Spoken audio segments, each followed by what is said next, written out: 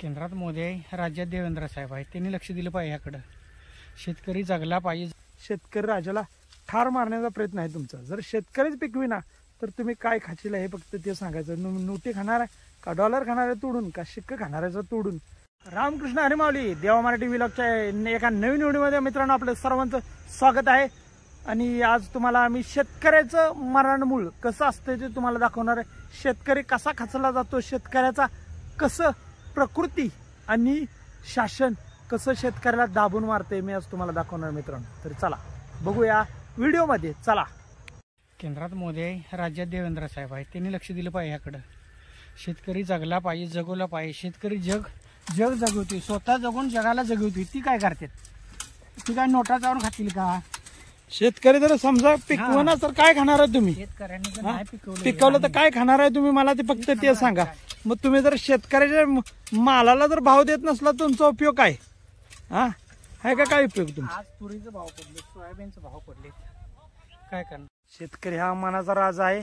जर त्याचं तुम्ही जर शासनानं जर हे म्हणणं ऐकलं सा तर हा राजा तुम्हाला काही करू शकतो. शेतकरीचा राजा असतो मनाचा. फक्त त्याचं एखादं म्हणणं मान्य करा तुम्ही आणि बाजारभाव थोडेफार कमी करा आणि सोयाबीनचा थोडाफार दर वाढवा. 50-55 पर्यंत जर सोयाबीन जाऊ द्या तर शेतकऱ्याच्या खिशाला परवडलं पाहिजे. एवढ्या स्वस्त म्हणजे 41-42 रुपये सोयाबीन काढणं काय परवडणार आहे तुम्ही सांगा मला? काय परवडतं शेतकऱ्याला? मी ही शेतकरी आहे. माझा शेळी पालनाचा व्यवसाय, शेतीबरोबर मी हा शेळी पालनाचा व्यवसाय करतो. पण मला या शेळी पालनामध्ये थोडेफार पैसे मिळतात, पण या बाजारभावामध्ये मला एक रुपया भेटत नाही. काय करणार सांगू? माझा आज 5 वर्षाचं सोयाबीन घरात पडले. ते विकायचं कसं? 5 वर्ष झालं मी सोयाबीन विकलं नाही. घर पळायला त्या शेळ्यांची बकरी विकतीला त्याच्या जेव्हा घरपाळा भरतो आणि पानपट्टी आली शरडांच्या जेव्हा सगळं 5 वर्ष झालं त्यांच्या जेव्हा खेळ मांडलाय मी. सोयाबीनचं एक पोतं नाही, एक ठिकं विकलं नाही मी. करणार काय सांगा तुम्ही? कुठनं येणार माझ्याकडे पैसा? जर पैसा देणार तर मी चालणार कसं घर? माझ्या म्हणण्यानुसार शासनाने जे खाद्यपदार्थावर उदाहरणार्थ डाळी, तेल, खोबरं आणि मसाले, मिरच्या यांच्यावर जे लावलेला कर माझ्या मते थोडाफार कमी करावा. का तर गरीब शेतकऱ्यांना हा कर परवडला पाहिजे आणि त्यांना ह्या सगळ्या गोष्टीचा उपभोग घेता आला पाहिजे. जरी शासनानं हे जर सगळं कमी केलं तर केंद्र सरकारचं शासन असंच पुढं चालत राहणार. जर शासन याचा जर दर कमी करत नाही तर पुढच्या वेळेला हा शासनाला मोठा फटका असणार आहे देणार ठेवायचं मित्रांनो. जर शासन याच्यावर सोयाबीनचा काही दर वाढवत नाही मग तुम्ही याचा तेलाचा दर कमी करा, परत खोबऱ्याचा दर कमी करा, लसणाचा दर कमी करा. असला याचा भाव कमी करणार नाही तुम्ही. पण नको त्याचा भाव वाढवून तूर डाळ महाग करणार, चणा डाळ महाग करणार, परत तुम्हाला सांगतो मुगाची डाळ महाग करणार. काय उपयोग आहे तुमच्या या महागीचा? गरीब शेतकऱ्याच्या खिशाला हे परवडलं पाहिजे सगळं. पण तुम्ही काय त्याचा भाव वाढवताय आणि शेतकरी राजाला ठार मारण्याचा प्रयत्न आहे तुमचा. जर शेतकरीच पिकविना तर तुम्ही काय खाशील हे फक्त ते सांगायचं. नोटी खाणार आहे का डॉलर खाणार आहे तोडून का शिक्क खाणार आहे तोडून. हे देणार ठेवा. शेतकरी राजाला जर जपायचं असलं तर तुम्हाला या बाजारभावातल्या थोड्याफार गोष्टींचा भाव कमी करायला पाहिजे. तर शेतकऱ्याला खिशाला परवडेल या पद्धतीनं जर तुम्ही कमी केलं तर तो शेतकरी पुढे चालणार. शेतकऱ्याच्या मालाला कसलाच दर नाही. शेतकऱ्याने कितीही मरमर केलं मरला तरी शेतकऱ्याला कुत्रं सकट विचारत नाही. शेतकरी बघता आता तुम्ही भुईमुगाच्या रानात किती कष्ट करतोय, दिवस रात मेहनत करतोय, पण त्याच्या मालाला कुठलाच दर नाही. आता सोयाबीन घ्या तुम्ही, आज 41 रुपये सोयाबीन, 41.5, 42 रुपये. कवा याच्या अगोदर मला 10 वर्ष झालं सगळ्या गोष्टीचा भाव वाढला, पण या सोयाबीनाचा भाव वाढला नाही. काय करायचं असल्या शासनाला तुम्ही सांगा? सोयाबीनचा दर जर वाढना तर आपण करणार काय? तेल खायचं कुठनं?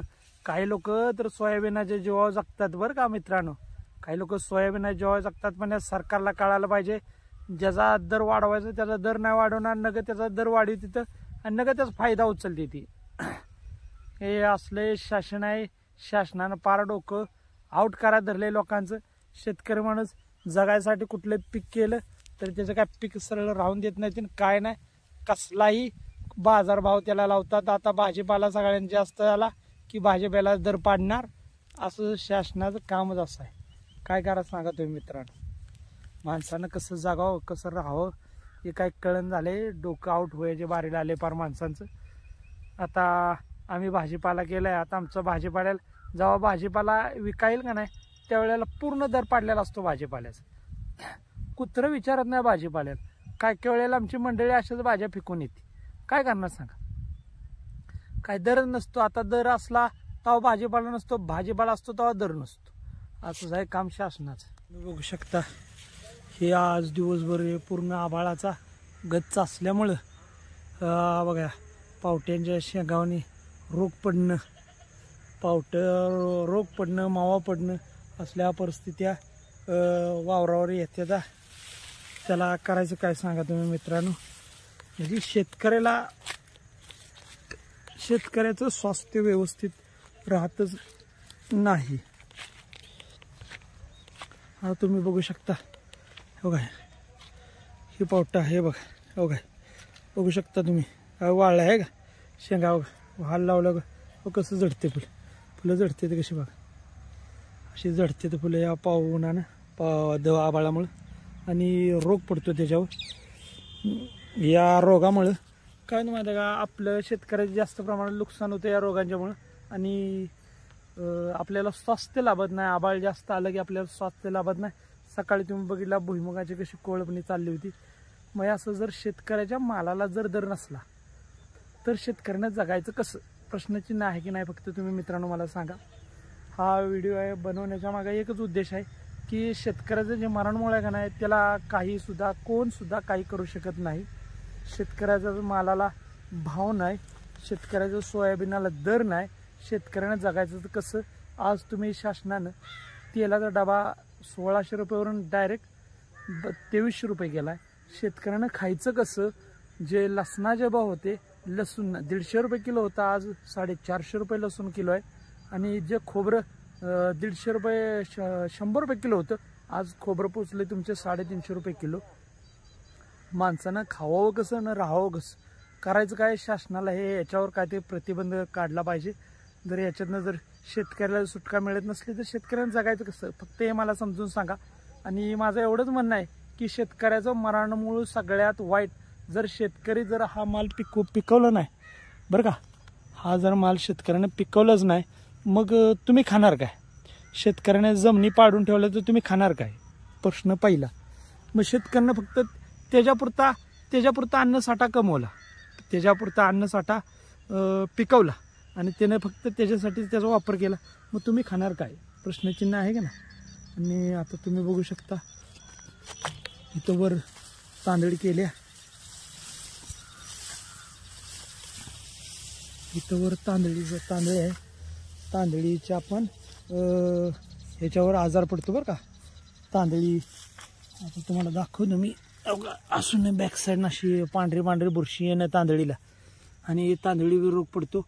आणि कांदा येतं का नाही, तुम्हाला कांदा पण दाखवतो. ह्या आभाळामुळे काय काय नुकसान होतं आपलं. हे जे कांदा येतं का नाही, कांदा तुम्हाला जर बारकाईने दिसत असलं, बारकाईनं जर तुम्हाला दिसायचं कांद्याच्या पाती पूर्णपणे वर शेंड करपून जाते का, तर कांदा जोमच पकडत नाही. कांदा एकदा जर शेंडा पिकाचा कोणत्याही शेंडा करपला तर त्याला जोम लागत नाही मित्रांनो. तुम्हाला जवळून दाखवतो कांदा. बघा आहे का कांद्याचं काय बघा पिकले त्या वरची शेंड. हे असं जर प्रकृतीने एक दगा द्यायचा वरनं, तुम्ही शेतकऱ्याला प्रकृतीने एक धोका द्यायचा वरनं, आणि तुम्ही शासनाने एक धोका द्यायचा. मग त्या शेतकऱ्यानं करायचं काय, आणि शेतकऱ्याच्या मालाला भाव मिळायचा कसा.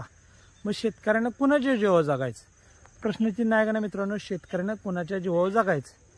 मग यासाठी शेतकऱ्याचं मरण चौसाईटनं आहे. त्यामुळं मला एकच म्हणायचं मित्रांनो, शेतकऱ्याला तुम्ही नेहमी शेतकऱ्याचा विचार करा. शेतकरी जर आहे, हा शेतकरी मनाचा राजा असतो. शेतकरी आहे म्हणून हा कृषीप्रधान देश चाललाय. जर शेतकरी नसला तर तुमचा देश चालेल कसा. माझं जर या व्हिडिओमध्ये कुठं जर चुकलं असलं तर तुम्ही मित्रांनो मोठ्या मनानं मला माफ करा. आणि ह्या चॅनलला नक्की सबस्क्राईब करा, लाईक करा, शेअर करा. सबस्क्राईब हे नक्की करा बरं का मित्रांनो. आज ह्या चॅनलवर माझ्या कोण नवीन असेल त्याने हा नक्की चॅनलला सबस्क्राईब करायचं, का तर हा चॅनलवर मी रोज नवनवीन व्हिडिओ घेऊन येतो मित्रांनो. आणि तुमच्या हिताचा व्हिडिओ असतो मित्रांनो. चालते. रामकृष्ण हरी.